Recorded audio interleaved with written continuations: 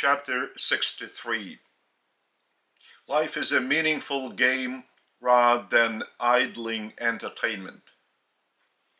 Modern times distract man's mind much more by various temptations. Therefore, it is a very difficult task for it to get focused and quiet so that it can really become the one that is truly is in reality, looking into everything profoundly rather than superficially. Now you are digging a pit for your own undoing by turning your whole life into the anguish of idle entertainment rather than turning it into a meaningful game that is being played by all creation under the Father. You are not an exception either. All of humanity on the planet is involved in this very meaningful game of the Father's creation, to grow in one's character, in his love and truth by one's daily deeds for the benefit of all.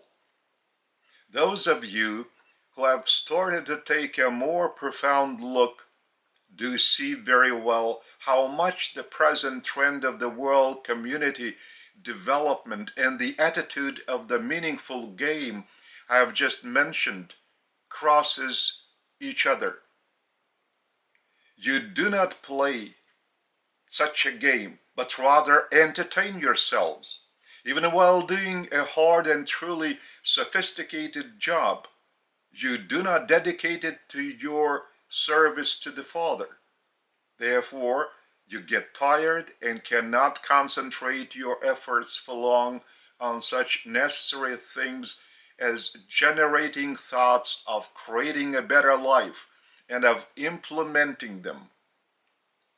At the moment, you are merely the sum total of separate individuals, alien to each other, individuals having no united and living link that would turn you among yourselves into brothers and sisters in spirit. It is due to this alienation that you have turned your life into entertainment only. Each one is waging a war against each other and against oneself, just to meet the endless desires and strivings of your ego at any cost. It is just this manner of living that is ever enveloping your soul into a web that you do not clean away, and you do not even notice altogether that it has appeared.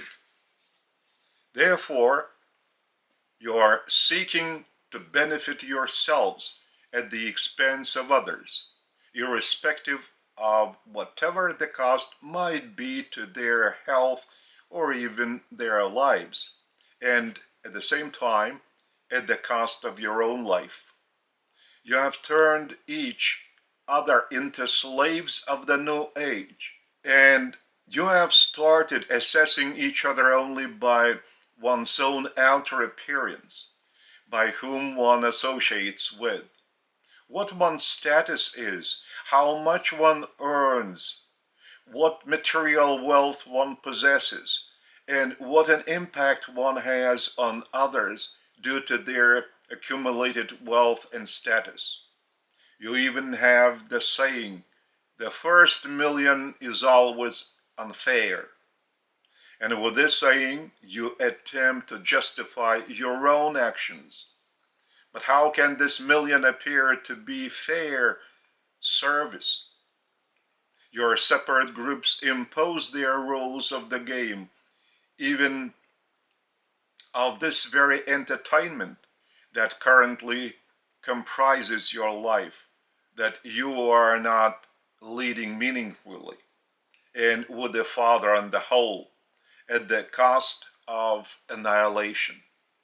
You have launched a multitude of legally operating gambling and entertainment institutions, restaurants, casinos, and in some places there is even a legal operation of the public houses abasing women. You do not understand what you are doing to yourselves. All this slavery of the passions of mind needs slaves, or else it shall go bankrupt, and those millions that at the present time pour into the hands of a small group of people shall also disappear. Therefore you begin to command others because you have more money, and you buy everything as to what and where you desire to build, and where and in what manner you want to recruit new slaves into the slavery of entertainment. And for this you have designed such lessons at schools as the rudiments of economics. You start teaching young children at a very young age how to count money into their own pockets, how to accumulate and increase it so that it would be better for those little ones you teach. By stuffing their minds with these instructions unnecessary for them on dead economic issues invented by you, while keeping silent about their living soul, you are annihilating the soul of those little ones that are at the point of blooming out.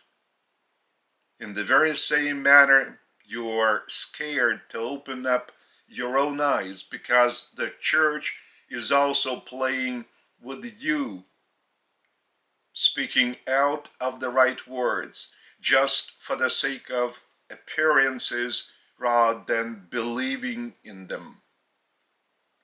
Thus, you do not have the spiritual leaders who would help you get on the right track, while in your slavery within the present day economy, politics, moral decadence, alienation of society, violence, and striving for the possession of the material wealth. You all contribute to keeping up corruption, since you all tacitly make use of it if it is just profitable to your own interest. If it impedes your own personal interest, you start crying out. But this makes the very roots of corruption even stronger, because it begins to mislead others. For they believe that each one crying aloud is a pure and fair champion against corruption. Your entire medical system also contributes to the strengthening of corruption. And some of you see this, but nevertheless get reconciled to it. Your politics is at a dead end, for it does not comprehend the crucial thing, the serving out of love for the Father, all the community, rather than separate parties and economic groups. Your system of education does not remind even remotely of that pure teaching that is necessary for the soul of a child, that would strengthen and elevate the child from within, to strive for goodness to all, rather than for the knowledge on how to adapt to these detrimental conditions that have been set up by those more active yet lacking wisdom.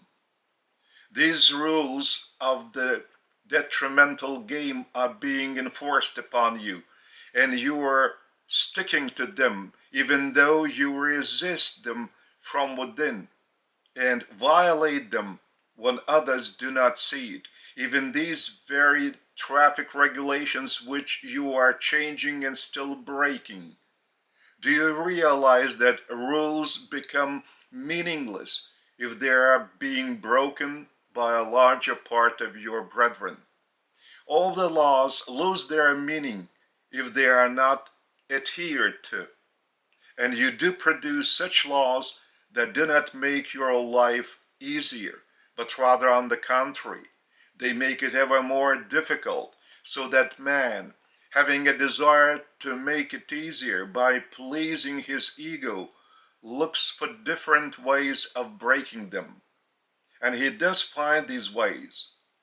And by this action, the whole society is degraded. It is demoralized, not to mention losing its spirit, because of the fact that what has been agreed upon by the representatives you have elected, and who, according to the rules designed by some of you, are empowered by you to adopt laws, is being violated every day. But where what has been agreed upon is being violated, the Spirit cannot bloom out there, because the Spirit is the gift of the Father's love, and love does not recognize deception. Your entire so-called economy is based on what has no leading of God. This sort of economy shall not survive for long, for it violates the principal law of love that is valid throughout creation. And you are also an indivisible part of creation.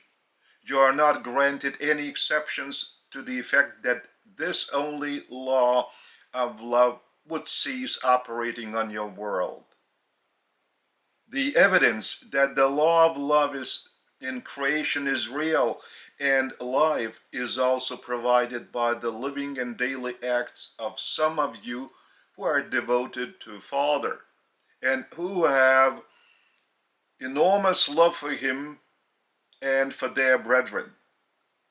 All my brethren who fairly and honestly work, even under the conditions of the slavery of this age, who keep me and the Father in mind with love, who do good to others even when others are nothing but folly. It is they who do follow the law of the Father's love. It is the Father's love that enables them to respond to evil with goodness and to continue growing in the Father's love and truth. It is only these brethren of yours that taught the salt of life, of the meaningful game of living. It is due to them that you feel the taste of your own life once you begin to ponder it.